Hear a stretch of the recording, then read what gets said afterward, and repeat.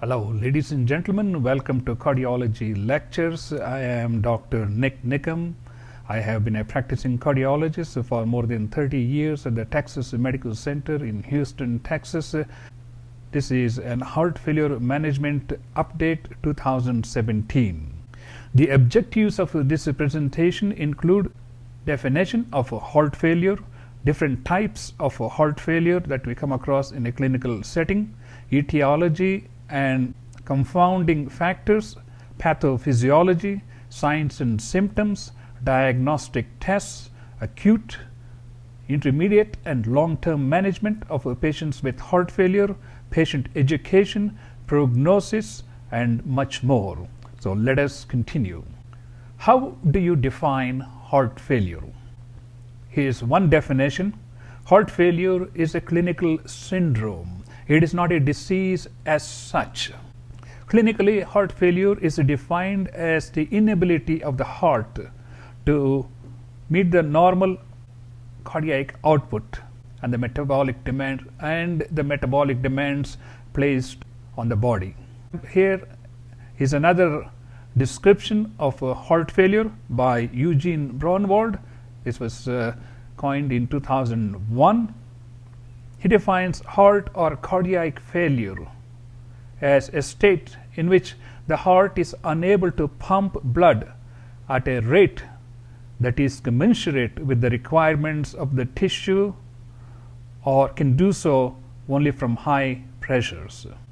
I don't know about you, but I have little trouble understanding this definition, because as we look further into the different types of heart failure, one specific description does not fit all. But that's the least important point. The most important point is to understand what is the underlying pathophysiology in a patient at bedside when you are seeing that patient, and what is the appropriate treatment for that particular patient. That's what this presentation is going to be focusing on. First of all, recognizing the type of heart failure the patient has, the confounding factors that are making this heart failure worse, and how do we treat the confounding factors, minimize the symptoms of heart failure, and most importantly, minimize readmissions. That is one of the most important parameters of how well we are managing patients with congestive heart failure or heart failure as such. That brings us to the different definitions of heart failure. Initially, we thought heart failure means heart failure. Everything was related to congestion. But the mechanism by which we get congestion are different based on the underlying structure of the heart itself. In the present day, we have two main types of heart failure, namely systolic heart failure and diastolic heart failure. Let's first focus on systolic heart failure. Systolic heart failure is characterized by, in most cases, weakening of the left ventricle from myocardial infarction and scarring or long-standing hypertension, where there is thinning of the left ventricular wall, there is increase in diameter of the left ventricle, the left ventricular volume could be twice or sometimes 3 times the normal. As a result, the ventricle becomes a big baggy sac with very poor efficiency in terms of pumping the blood. So this is called the congestive type of heart failure.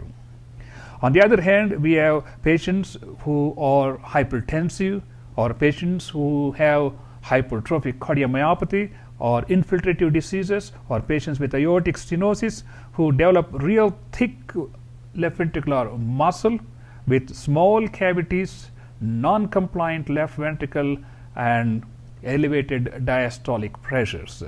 And these patients present with diastolic heart failure. These patients are having problem handling any slight increase in preload or fluid overload, and they can promptly go into pulmonary edema, and we'll talk about this much more as we proceed. A little bit about the extent of the, or I should say the magnitude of this problem in the United States. We have 5 million people who are diagnosed to have heart failure. Approximately 500,000 new cases of symptomatic heart failure are diagnosed yearly. 20% of the hospital admissions among people who are older than 65 in the United States are directly because of heart failure or heart failure related medical conditions. And the worst part is there is a 45% annual mortality in patients with severe heart failure. Imagine you have a 65-year-old man with a diagnosis of severe heart failure. He has a 45% annual mortality. And even with the best treatment, the mortality remains pretty high. There is a 50% mortality in 3 years in patients after the diagnosis of heart failure, especially those who are in the category of New York Heart Association Class 3 and 4.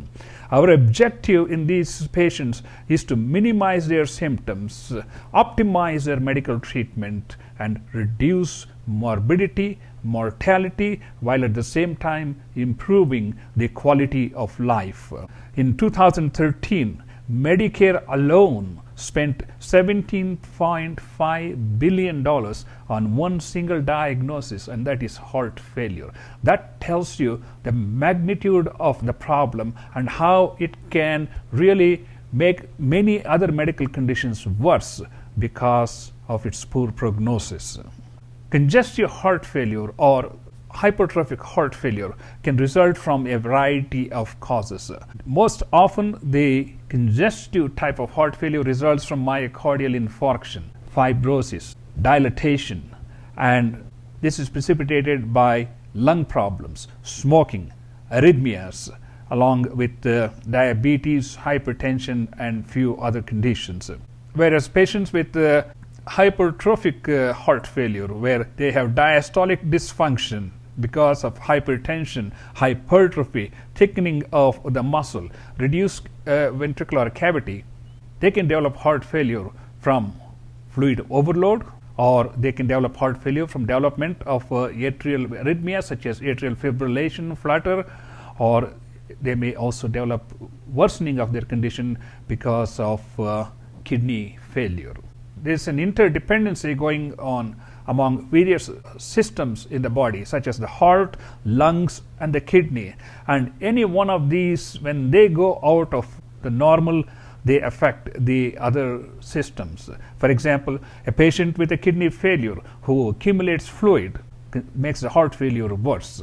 Similarly, patients with lung problems can have more shortness of breath related to heart failure than those patients who do not have significant chronic obstructive lung disease. Now let's talk about the pathophysiology of heart failure. There are many things that go out of control in a patient with heart failure, because heart failure is like a lifelong process. So there is evolution of various elements within the body, such as the heart muscle itself, adaptation by the lungs and the kidneys, and there are so many other hormonal changes that all have either positive or negative effect on the long-term prognosis of patients with the congestive heart failure. And let's talk about the Frank-Starling mechanism, which helps us to identify where the patient's heart function is compared to the normal, and how do we get them back to normal. I already talked about compensatory hypertrophy. Left ventricular remodeling following myocardial infarction is an important element of minimizing the symptoms of heart failure. Similarly, patients with heart failure may have coronary artery disease, and coronary artery disease can make their condition worse with repeated myocardial ischemia or infarction. Along with the dilatation of the left ventricle, the patients may develop mitral regurgitation and arrhythmias, all of which make the heart failure worse as we go further and further. Again, there is redistribution of the cardiac output to preserve the vital organs such as the brain, lungs, and kidneys. Let us talk about Frank-Starling law. Frank-Starling law simply states that if the initial length of the myocardial fiber is gradually increased, there is a gradual increase in the performance of that myocardial cell, which constricts. As a result, there is an increase in the output. If you translate to the entire left heart chamber, if we increase the left ventricular volume, the end diastolic volume I'm talking about, and if we increase the end diastolic pressure, with that we get a gradual increase in the stroke output or the volume, and thus cardiac output. This is the Frank-Starling law, and here is a normal curve, but it can only go so far, because stretching the myocytes beyond a certain limit does not bring any further benefit. As a matter of fact, actually the left ventricular function deteriorates. That's what's happening here in a normal person.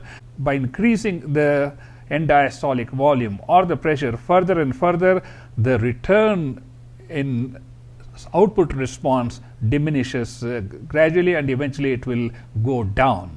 Now let's look at a patient with a left ventricular dysfunction, a person who has a dilated ventricle, a person whose contractility is greatly diminished, and a person who has congestion. In these patients, by increasing the end diastolic, their end diastolic pressure, or the maybe already here at the peak, and any further increase in end diastolic pressure will lead to pulmonary congestion and worsening of the heart failure, and any reduction in the pulmonary pressure could lead to a reduced cardiac output.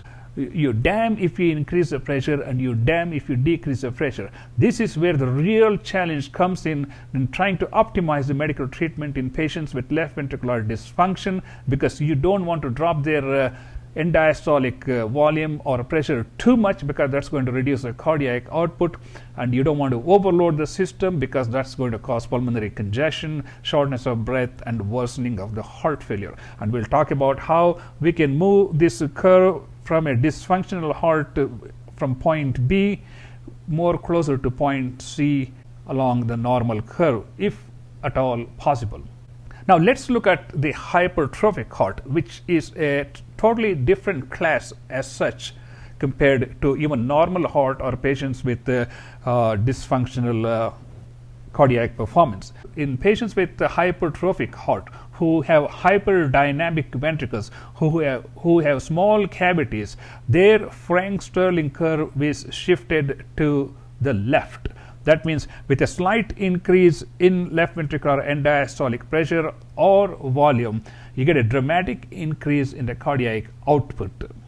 But even that doesn't last forever, because as we continue to increase the pressure, these patients perform optimally at a left ventricular end diastolic pressure of 20 millimeters of mercury, which may be very, very compromising in patients with severe left ventricular dysfunction. But where in a patients with hypertrophic cardiomyopathy, they may perform normally or even better than normal. But once we continue to push this end diastolic pressure further, the left ventricle begins to fail. Now you not only have a hyperdynamic heart failure, slowly you begin to see systolic heart failure because of the weakness in the heart muscle that ensures over periods of decades in patients with hypertrophic cardiomyopathy or hypertensive heart failure. So the objective here is to optimize their filling pressures so that we neither have a decrease in cardiac output or performance, nor do we have pulmonary congestion. That is the biggest challenge for primary care doctors, cardiologists, and specialists, to manage patients with congestive heart failure so that we optimize their cardiac function, optimize their filling pressure, minimize pulmonary congestion, minimize symptoms, and improve the quality of life. Okay, here's another Frank-Starling curve showing how different combinations of medications work in moving a patient with dysfunctional heart, pulmonary congestion, elevated end diastolic pressure into a more optimal situation, or I would say a more ideal situation that we can possibly get them with maximum medical treatment. The second type of myocardial problem that we encounter is remodeling of the ventricle in response to various challenges. In patients with coronary artery disease who develop myocardial infarction, there is destruction of the myocardium. That part of the myocardium is replaced by a scar tissue, which leads to expansion, and that distorts the anatomy of the heart. As a result, the pumping efficiency of the heart is reduced, and the body tries to compensate that by remodeling the ventricle. And one of the important elements of treatment of congestive heart failure is to use drugs that improve the remodeling of the ventricle in such a way that we improve the overall efficiency of the left ventricle so that it can pump more effectively. The drugs that we use, such as ACE inhibitors or ARBs, improve the remodeling of the ventricle, so it reduces the size of the ventricle, it improves the pumping efficiency of the left ventricle as such. The earlier we start ACE inhibitors or ARBs in patients with acute myocardial damage, the better are the chances of preserving their left ventricular function to the best of our ability. In case of a hypertensive or hypertrophic cardiomyopathy, there is progressive increase in thickness, which leads to diastolic dysfunction, reduced compliance, and as time progresses, they can get dilated because of increased peripheral resistance, that is, increased constant long-standing blood pressure. They can develop dilatation of the ventricle, which can lead to congestive type of cardiomyopathy eventually. Here is a cross-section of a heart with dilated cardiomyopathy and congestive heart failure with thin walls, grossly increased cavity size, and contrast that with a hypertrophic or hypertensive left ventricle where there is increased thickness of the left ventricular wall, there is reduced cavity size, and there is diastolic dysfunction and reduced left ventricular compliance. We do see some hormonal and humoral changes in patients with congestive heart failure, the most important of which is the renin angiotensin aldosterone system, and we're going to look into that. There's also increased sympathetic activity noted in patients with congestive heart failure, and we'll see how we can address those. And there are other elements such as natriuretic peptide, vasodilator peptides, cytokinins, and metalloproteins, all involved in patients with heart failure. Here is the renin angiotensin system. When there is a decrease in blood pressure, as we see in patients with myocardial infarction or in patients with heart failure, there is a beta 1 stimulation. This leads to reduction in the perfusion at the glomerular level and also leads to reduction in sodium absorption. So this is a starting point of the renin angiotensin system. So whenever there is a decrease in glomerular filtration pressure, there is a decrease in perfusion and there is a reduction in sodium absorption. And this renin reaches the lungs, where angiotensin 1 is converted to angiotensin 2. Angiotensin 2 increases the thirst. It stimulates antidiuretic hormone and it enhances sodium retention. Angiotensin 2 is also a potent vasoconstrictor. Angiotensin 2 also stimulates the aldosterone secretion. And all of these are designed to increase the sodium absorption, increase the intravascular volume, and increase the systemic resistance and perfusion pressures to restore the renal glomerular filtration pressure. Now let's talk about classification of heart failure. There are two different approaches. One is based on symptoms, another one is based on function. For example, the New York Heart Association classification is based on symptoms. Class 1 has no symptoms. Class 2 is where most of the debate is. Class 4 is where patients have symptoms at rest while sleeping. Class 2 and 3 are sort of borderline. Class 3 is where patients have symptoms with minimal exertion, whereas Class 2 is where patients have symptoms with moderate exertion. This is as far as a classification based on symptoms, which has been in existence for more than half a century.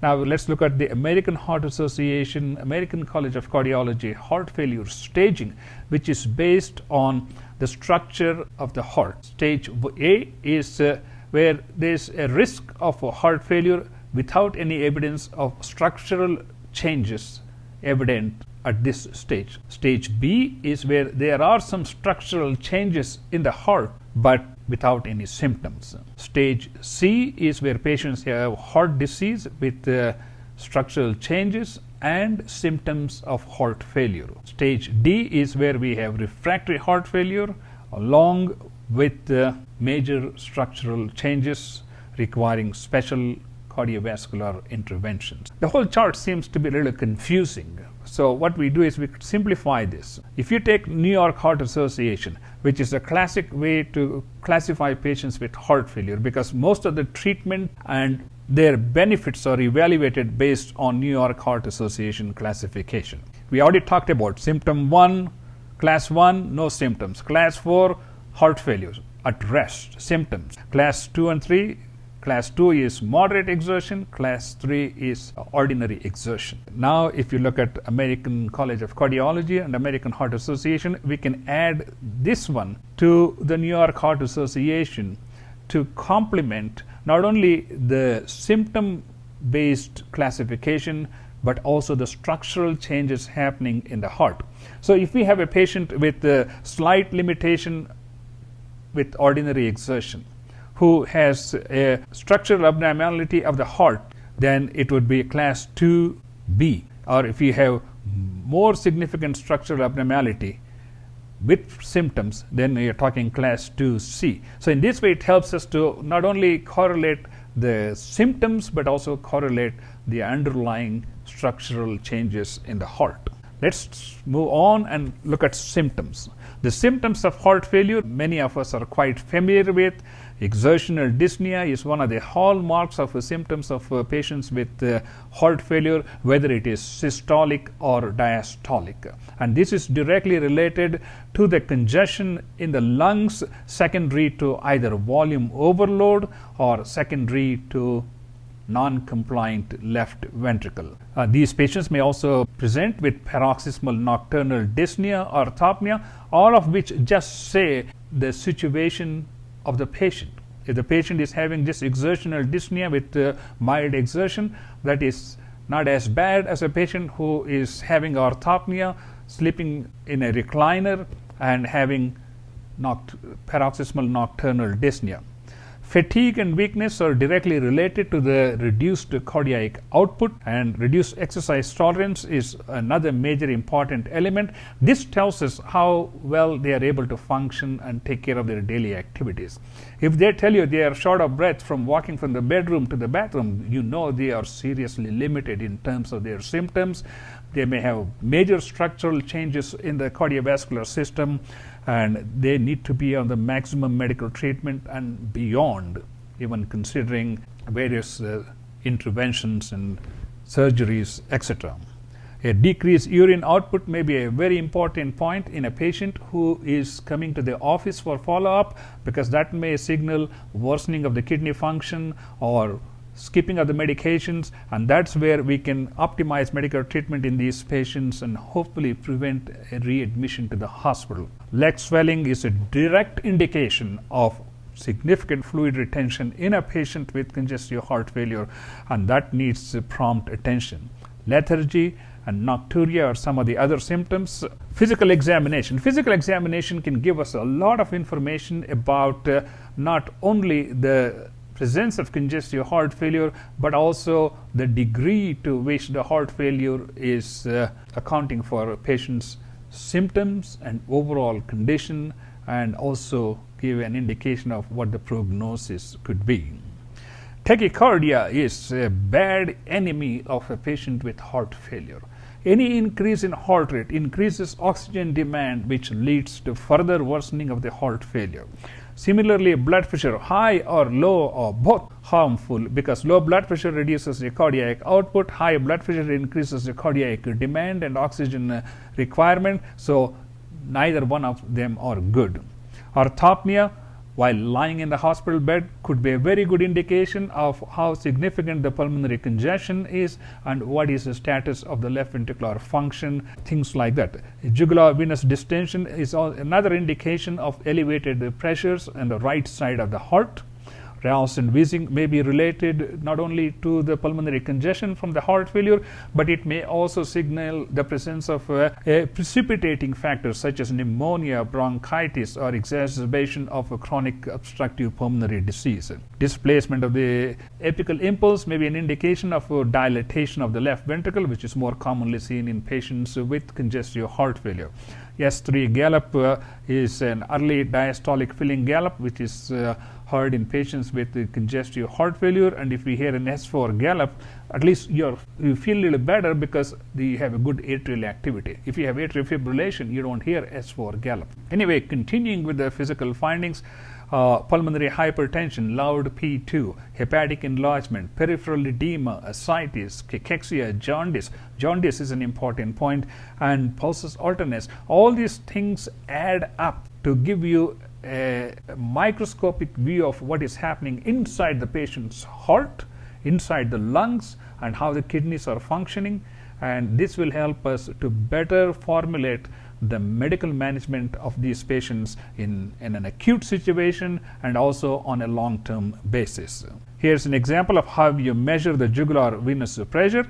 The patient should be reclining 45 degrees. Here's the level of the right atrium, and if you feel the pulse here, from here you drop a straight line, and from there to the level of the atrium gives you the height of the jugular venous pressure.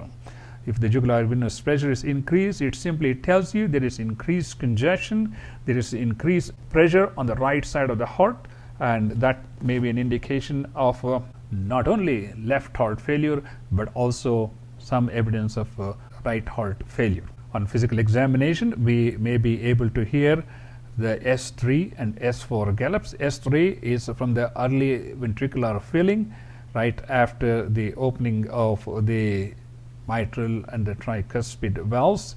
Then we have an S4, which is related to the atrial kick. That's why I said if you hear an S4 on auscultation, that's an indication you may be dealing with sinus rhythm, which is a very important point, because if a patient has atrial fibrillation or atrial flutter, you don't hear S4, and by the same token, when you lose the atrial kick, these patients deteriorate very rapidly. Lab tests can also tell us a lot about a patient who is coming to the hospital with congestive heart failure. On many occasions, patients come with symptoms of heart failure because of something else is making their heart failure worse, like a pulmonary infection, renal failure, indiscriminate fluid intake, or skipping of the heart medications. All of these things interplay in making the heart failure symptoms worse. So that's why it's very important. Does the patient have bleeding? Older patients may have GI bleeding, and they can come to the hospital for heart failure symptoms. An elevated white count may suggest pulmonary infection, urinary tract infection. Electrolyte abnormalities are important because they will help us to identify any underlying arrhythmias that might have been precipitated by low potassium or low magnesium. BNP can suggest the evidence of heart failure and help us to differentiate between symptoms related to lung diseases versus obvious heart failure. BUN and creatinine tell us about the status of their kidney function. Similarly, a thyroid and blood sugar, all of these things help. Chest X-ray will help us to identify the presence of a pulmonary edema, pulmonary congestion, pneumonia, pleural effusion. All of these things add to the diagnosis of a patient with congestive heart failure. Echocardiogram is an important test in not only looking at the structure of the heart, but also looking at the function of the heart and the status of the heart valves and their functions. Eventually, if there is evidence of ischemia noted on the electrocardiogram or elevated cardiac enzymes in the blood, that may direct us to look at their coronary angiograms and determine if there is any reversible ischemia that can be treated. Here's an example of a patient with gross cardiomegaly, pulmonary edema like a butterfly appearance, and here you can see the so-called curly B lines, which are characteristics of left ventricular failure and pulmonary edema. Electrocardiogram could also help us in identifying the presence of left ventricular hypertrophy with strain. It may also show evidence of acute myocardial ischemia or infarction, and also the presence of atrial fibrillation. I told you, cardiac arrhythmia with a rapid ventricular response is the enemy of heart failure patient. When they develop rapid ventricular response in the presence of atrial flutter or fibrillation, invariably the diastolic filling period is reduced, which leads to further worsening of their symptoms, increased pulmonary congestion, and almost an admission to the hospital. Let's look at the echocardiographic findings that might help us and give some clue as to what type of heart failure we are dealing with.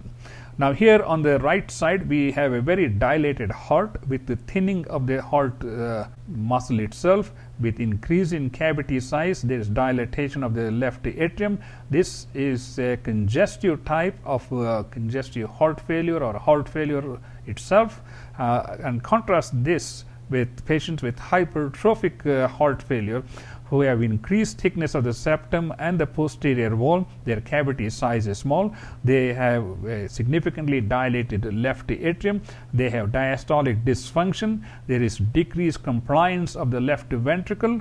And so we are looking at two contrasting types of ventricular presentations, and both of which present with symptoms of congestion due to backing up of the fluid into the lungs.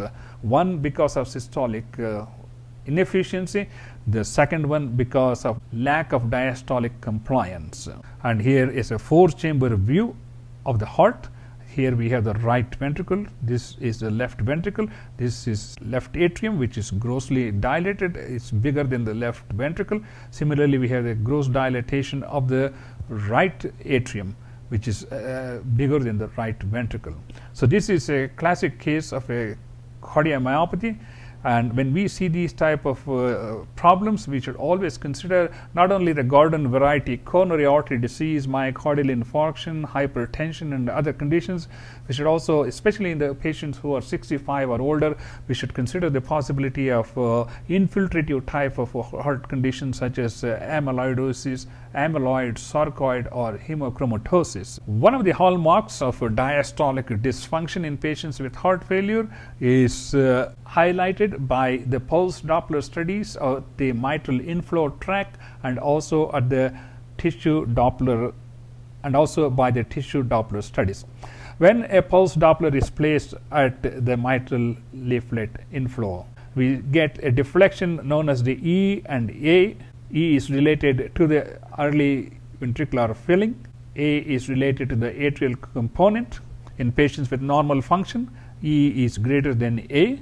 In patients with a mild diastolic dysfunction, the atrial component becomes prominent. As a result, the A wave is taller, or the velocity is higher compared to the E velocity.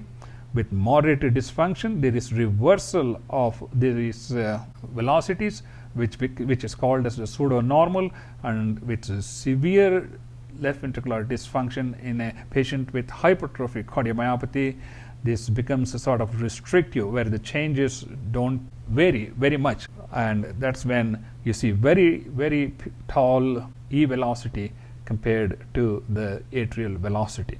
So this is an important finding we need to keep in mind. Let's move on to MRI. MRI is an important test not only to identify the presence of heart failure, but MRI adds a lot of interesting findings which helps us to to better manage these patients. MRI can help us with hemodynamics.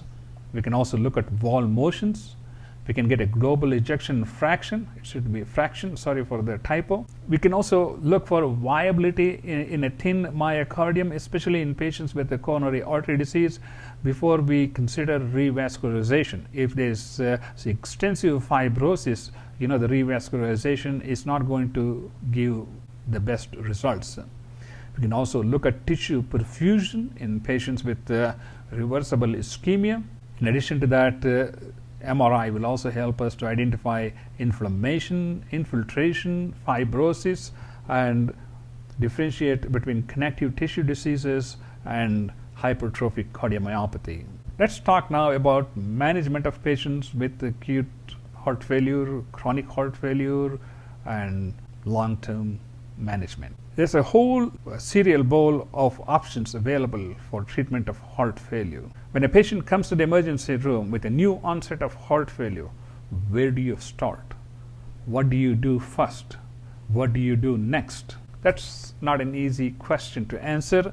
Let's attempt to see how best we can first understand the pathophysiology in each different situation. I'm talking about acute heart failure, readmissions for heart failure, chronic heart failure complicated by confounding factors such as pneumonia, bronchitis, renal failure, or infection. So when we look at all these things, that's why I said history, physical examination, and the initial lab tests are extremely important to either include or exclude some of the confounding factors. Once you have done all those things, you can say, okay, this patient does not have a pulmonary component. This person does not have a renal component, making the heart failure worse. There's no evidence of anemia. There's no evidence of bleeding. When you narrow it down, then you can decide what is the optimal management for a given patient under the circumstances. Let's talk about acute heart failure. Someone comes in to the emergency room with acute shortness of breath, there's evidence of pulmonary congestion, and maybe some cardiac enlargement on the X-ray, and the electrocardiogram may show some findings. Okay, how do we start? Which drug do we use first? What do we use next? And what do we use in chronic patients like class 2, 3, or 4? Here are some broad categories of drugs. We're going to look at drugs from many different angles so that when we put all these things together in our brain, the blender, then we will have a better understanding of which drug to use in a particular patient given all the medical history and physical findings and lab diagnostic tests. First of all, let's talk about the basic drugs. The drugs that can increase the contractility of the ventricle, and this is more important in patients with the congestive type of heart failure.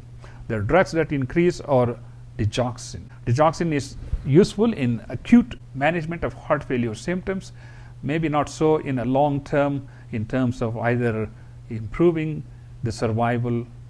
Beta agonists such as dobutamine and dopamine are routinely used in patients with chronic heart failures like class 3 or 4 who benefit by infusion of these drugs over 24 to 72 hours. Milrinone is another one that improves the contractility and reduces the pulmonary congestion, but these are all for patients with class 3 or class 4 heart failures who have been on maximum medical treatment. Now let's talk about some of the drugs that can reduce cardiac workload. So we talked about drugs that can increase contractility, squeeze the ventricle a little better, reduce pulmonary congestion. Now let's talk about drugs that reduce cardiac work. The cardiac work is based on preload and afterload. If we can optimize the preload and the afterload, then we can optimize the cardiac workload. So to do that, we have the preload drugs such as vasodilators, namely diuretics, nitrates, which improve the preload. Then we have drugs that reduce the afterload, such as arterial vasodilators. And we have drugs that can decrease not only the preload but also afterload, such as the ACE inhibitors, ARBs, nitrates, nitroprusside. And then we have a set of drugs that can improve the quality of life and also prolong life. And in that category, we have beta blockers, and we should also put ACE inhibitors in that category of improving quality of life and also improving survival. I know these are all broad statements, but we need to understand these so that when we get to the bedside in a particular given patient, based on the existing heart condition and the other surrounding organs functions, we'll see what's the best approach. Now let's talk about acute systolic heart failure treatment. When a patient comes with acute systolic heart failure, this pulmonary congestion. So we address the pulmonary congestion first with diuretics. Since this is a new onset heart failure, we can start them on small doses of diuretics such as 20 milligrams of furosemide intravenously, and because it can be repeated every 6 to 8 hours, so there is no urgency. These patients can also be started on short-acting ACE inhibitors such as captopril every 6 to 8 hours.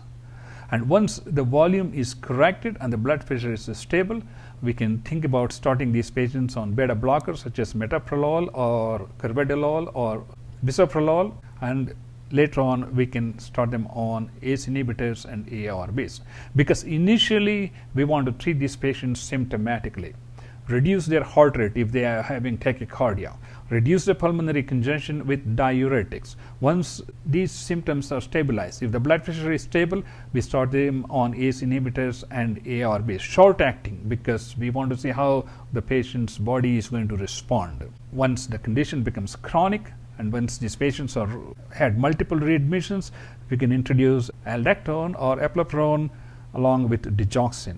Hydralazine and isosorbide are more or less reserved for patients with class 3 or even class 4 heart failure.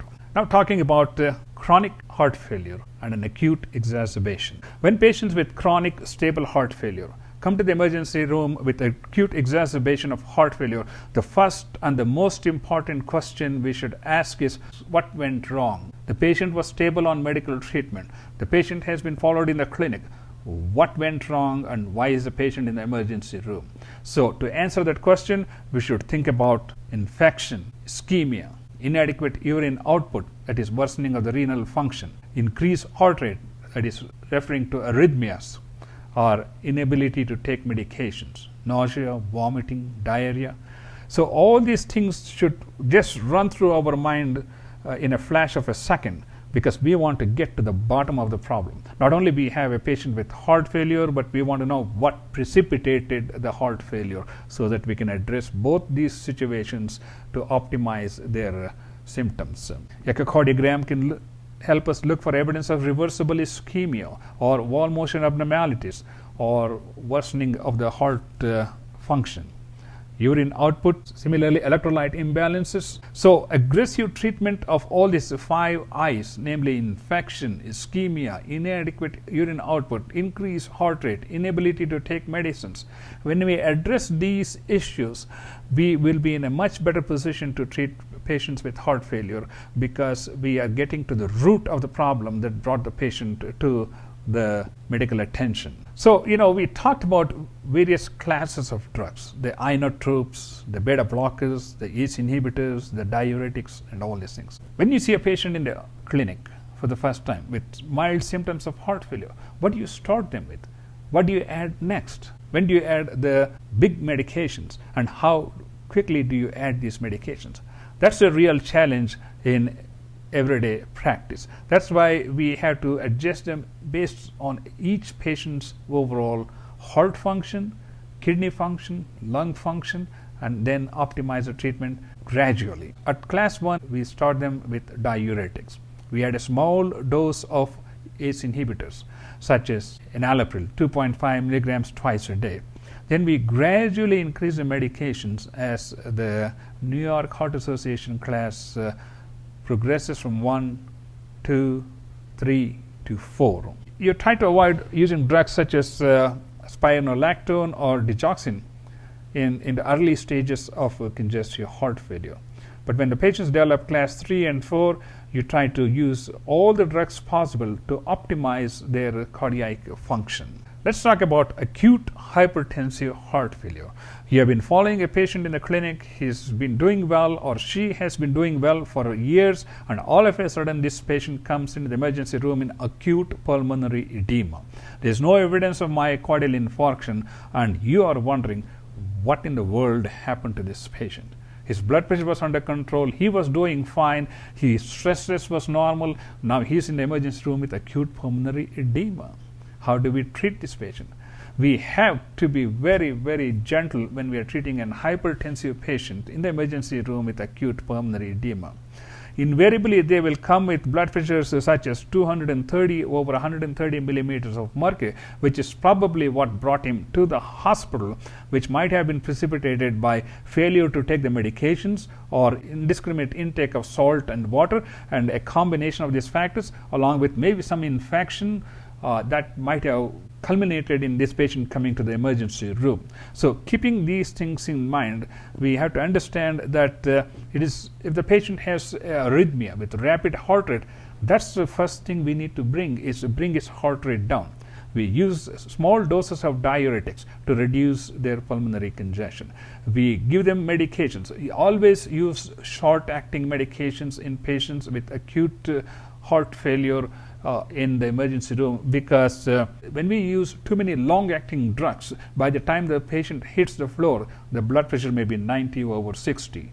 And now we are pumping more salt and water, which just makes the condition worse. So we are going through a cycle, vicious cycle. To avoid that, you start off with short-acting medications, use small doses, or better yet, use intravenous infusions for control of blood pressure. If the patient is having ischemic changes, I would use nitrates to bring the blood pressure down, or use any other intravenous medication such as nipride, nicardipine, to bring the blood pressure down, which you can gradually control. Then use short-acting medications to bring the blood pressure down orally by using oral medications such as beta blockers or ACE inhibitors, or even short-acting clonidine.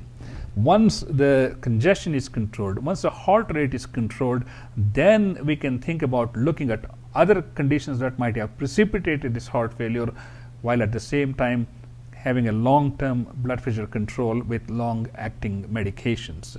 That's an important point to keep in mind, because pumping too many long-acting medications either orally or intravenously is not the best choice in patients with acute pulmonary edema from hypertensive crisis, because the blood pressure immediately comes down as we control the congestion and control the secondary factors such as heart rate or infection, things like that. This is just reinforcing what I talked about, using infusions where you can control the input very, very accurately.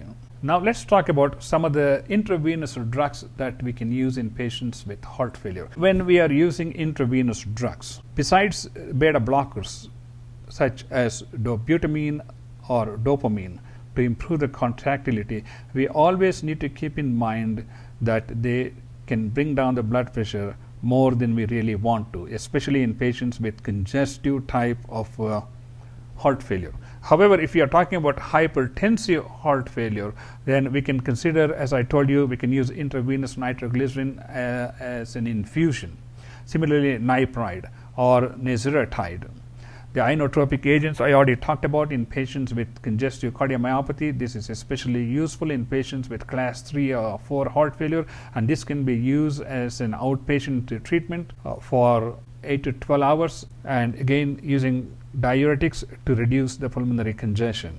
A couple of points about using diuretics in patients with the heart failure. When they present to the emergency room with symptoms of heart failure, I would rely on loop diuretics such as furosemide or bumetridine. We start off with smaller doses because they can be repeated every 4 to 6 hours. There's no benefit in using an intravenous infusion of Lasix over repeated doses of Lasix given intravenously. If they are resistant to diuretics, by adding a small dose of thiazide to a loop diuretic may enhance the urine output, and this is more so in patients who are followed as an outpatient. When we are using diuretics, we need to watch out for volume depletion and electrolyte imbalances, which can lead to atrial or ventricular arrhythmias. The most common doses, or I would always start off with the small doses. But if you are dealing with a patient with a chronic heart failure who is on, let's say, furosemide 60 milligrams twice a day, when they come to the hospital with increased pulmonary congestion, it is reasonable to give their total days of diuretic in an intravenous form. That is, if somebody is taking 120 milligrams per day, it is reasonable to give 120 milligrams IV furosemide, because we know this patient's urine output is very marginal with those doses of oral medications. One of the reasons they are not able to respond to the oral medications is because of increased gut edema. That may be a major factor that we need to keep in mind. Similarly, we can use the other drugs. The doses are mentioned here.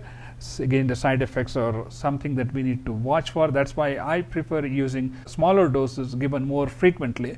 I prefer giving smaller doses more frequently than giving a full blast in the emergency room.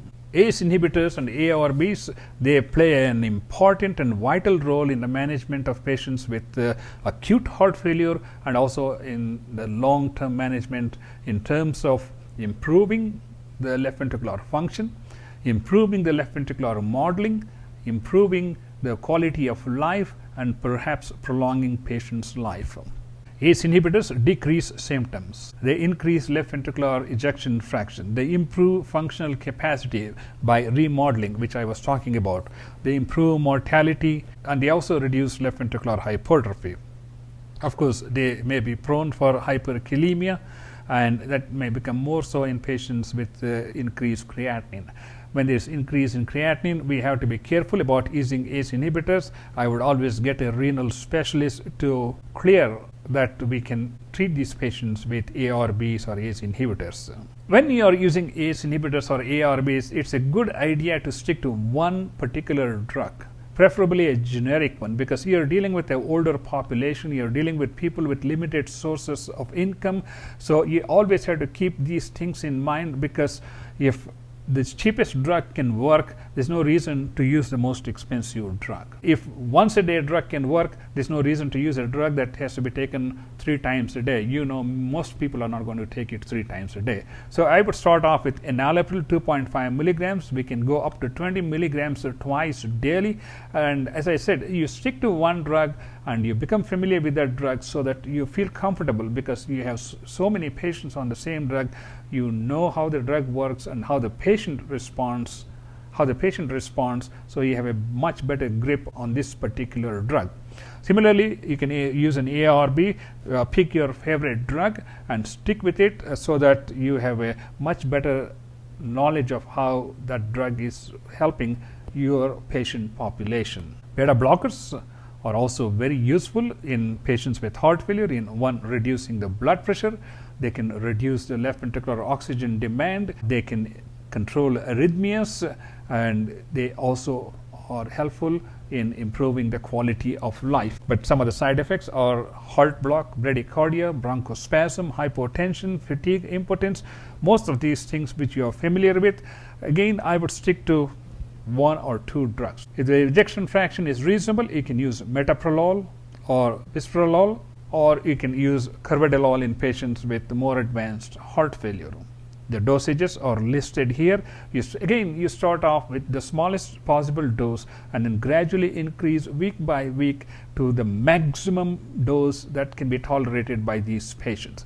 This is especially true when you are talking about carvedilol or metoprolol or bisoprolol, because we want to get them the maximum benefit, because their symptoms and their quality of life improves with the dosage. So keep that in mind when you are using these beta blockers. Digoxin is useful in an acute situation in patients with chronic heart failure, especially when you are dealing with pulmonary congestion along with atrial fibrillation with rapid ventricular response, because digoxin not only improves the contractility but also reduces the ventricular response rate, and both of them will benefit, especially in patients whose blood pressures are borderline and people who have significant wheezing, in whom you cannot easily use beta blockers, at least not initially. The dosage of digoxin in patients with heart failure is a little bit different from using a dosage in patients with just atrial fibrillation for control of heart rate. Here we just give them 0.25 milligrams IV 1 dose and see what the response is, instead of loading them with 1 milligram of digoxin over 24-hour period. You start off with the first 0.25 milligram, and based on the kidney function, see how the patient is responding. And if there is a good response, then we can keep them on maintenance dose of 0.125 milligrams and again titrate that. If the creatinine is 2 or greater, you may want to give the digoxin 0.125 milligrams 3 times a week.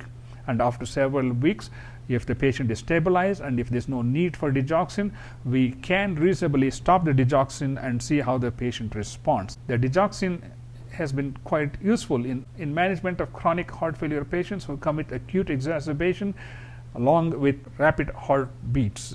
Aldosterone has also been found useful in patients with heart failure. The 2 main drugs that are available are spironolactone, which is given as 25 milligrams per day, or eplerenone, which is given as 25 to 50 milligram once a day. They improve survival in patients with class 2, 3 or 4 heart failure, and they are useful in patients with elevated BNP prior to hospitalization. Should be used in patients whose creatinine levels are less than 2.5 milligram per deciliter, or in women whose creatinine is less than 2. So it's an important thing to keep in mind. So always look at the renal function before you start these patients on these drugs. The side effects include, of course, hyperkalemia, gynecomastia, and hence all potassium supplements should be withheld and their electrolytes should be monitored very closely. Hydralazine and nitrates have been found to be useful, especially in patients with a class 3 and 4 heart failure, and their combination is given in doses of hydralazine 25 milligrams 3 times a day, titrated up to 100 milligram 3 times a day, along with isosorbide dinitrate starting at 40 milligrams 3 times or 4 times a day. Because these are vasodilators, the side effects would include edema, dizziness, and sometimes headache. Calcium channel blockers, diltiazem and verapamil, are not indicated in patients with heart failure. Amlodipine and felodipine can be used in patients with heart failure. They do not decrease morbidity or mortality, but help us in controlling their blood pressure. Statins are used primarily for secondary prevention of cardiovascular disease, since majority of these patients do have underlying risk factors for heart disease, or they already have heart disease.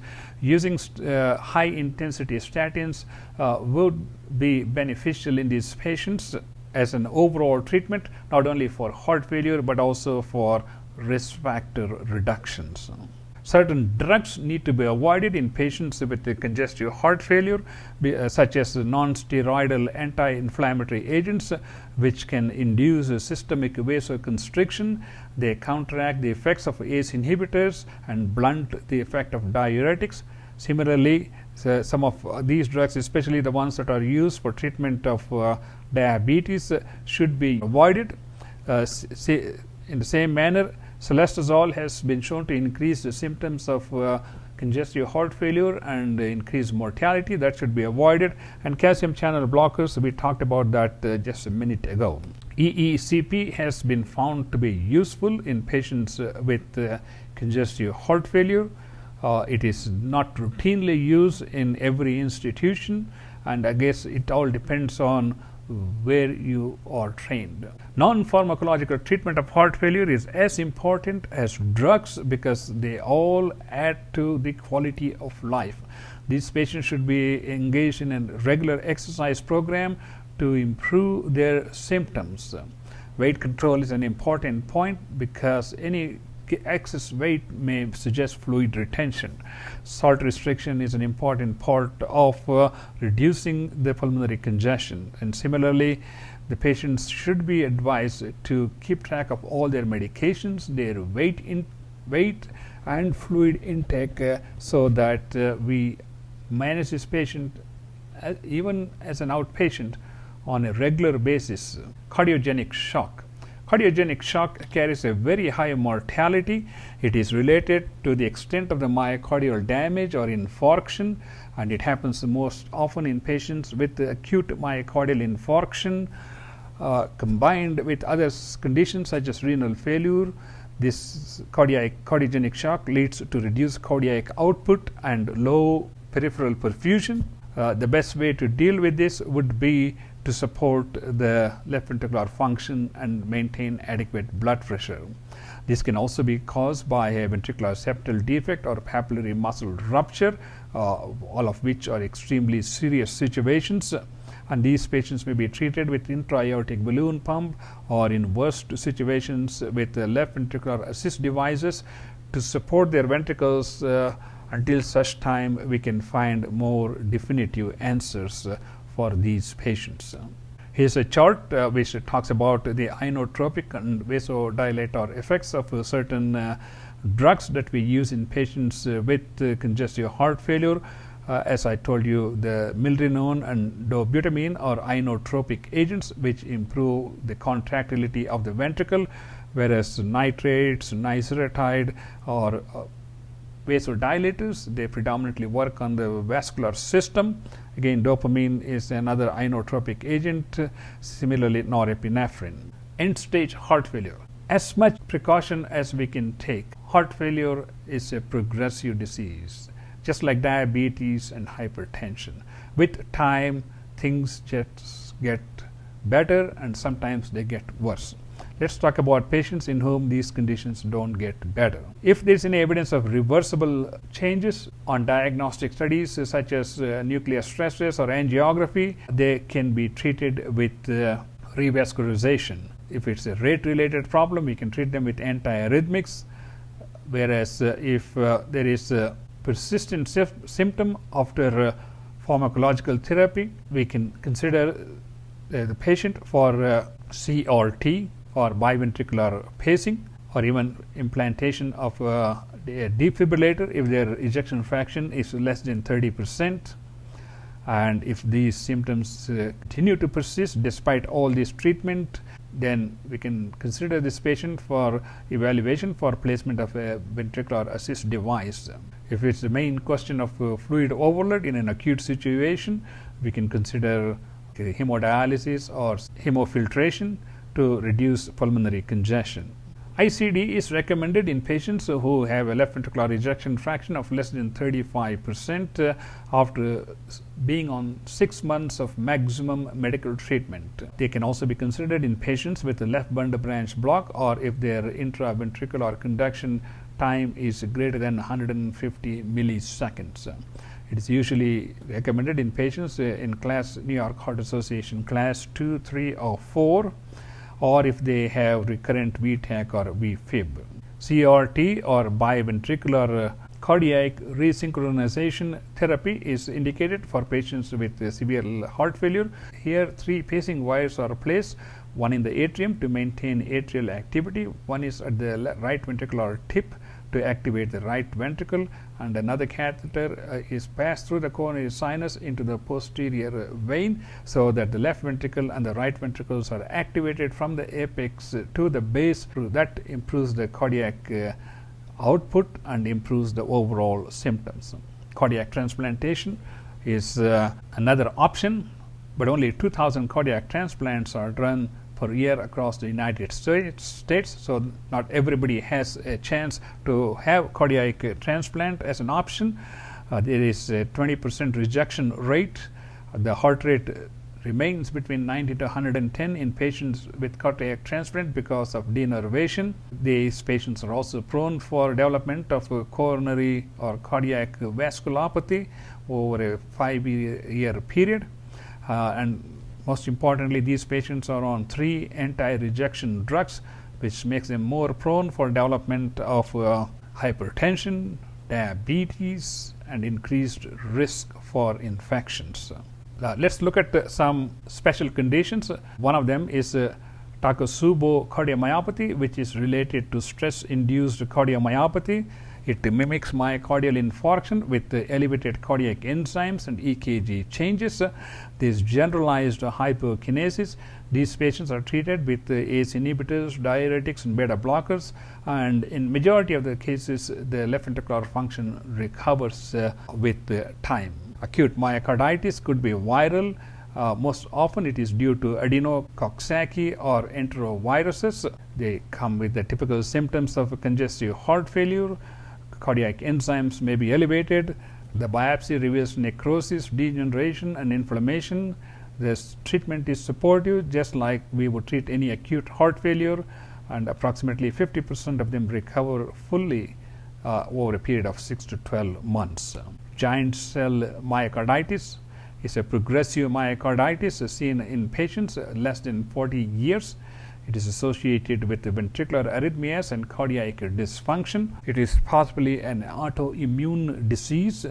The biopsy obviously reveals giant cells. These patients may respond to immunosuppressive treatment and may end up getting cardiac transplant. The surgical interventions include intra-aortic balloon pump, mainly used for patients with a cardiogenic shock. Left ventricular assist devices are used in patients, especially in acute myocardial infarction with papillary muscle rupture or ventricular septal defect or even ventricular rupture, if time permits to put these devices. The other options is cardiomyoplasty, that is wrapping latissimus muscle around the heart to prevent the heart from expanding too much, and left ventricular resection, that is resection of like left ventricular aneurysm or scar tissue, thus reducing the left ventricular size and improving the geometry of the left ventricle so that we improve the forward cardiac output. Some of the important points we want to keep in mind after treating a patient in an acute hospital situation is to make sure that these patients take their medications. We avoid readmissions within the first 30 days after discharge. These patients are educated to monitor their weight and volume status, and they should be followed in the office within a week so that we can keep track of their medications, their body weight, their vital signs, the EKGs, and recommend appropriately. And these patients should also keep their salt intake to less than 2 grams per day and fluid intake to less than 1.5 to 2 liters per day. They should be engaged in a progressive exercise program. The prognosis of patients with a heart failure depends upon the overall cardiac function, how well they are responding to the medical treatment, how well they are taking care of themselves, how well the medicines are helping these patients. So these are all important things, and as the heart failure progresses, we need to keep track of what is happening to their cardiac function, and if there are additional things like the ICD or the CRT that can improve their symptomatology, then we should consider these things and recommend them at appropriate times. Heart failure is a progressive problem. Initially, it may start off with minor risk factors such as little overweight, little blood pressure problem, and eventually it will progress to coronary artery disease, myocardial infarction, heart failure, and all the way up to bypass surgery, inotropes, LVADs, and finally hospice. Well, heart failure is not that depressive as the chart says, because here is the proof where we know that medications can improve the overall mortality and, more importantly, quality of life. Here, for example, ACE inhibitors can reduce the mortality by 17%. They can reduce readmissions by 31%. Beta blockers, similar numbers, reduce mortality by 34%. Reduce hospitalization by 41%. Aldosterone, same. So using these drugs, we can dramatically, 1, improve the symptoms. Number 2, improve the quality of life. And number 3, we can improve their long-term survival. So there is a lot of hope, ladies and gentlemen. This is a long overview of systolic and diastolic heart failure, their etiology, their pathophysiology, their presentation, and how we manage these patients and make them functional citizens. Ladies and gentlemen, I am Dr. NIK NIKAM. You have been listening to Heart Failure Management Update 2017. And thank you so much for watching, and please do subscribe to our YouTube channel. We'll see you next time. Thank you again.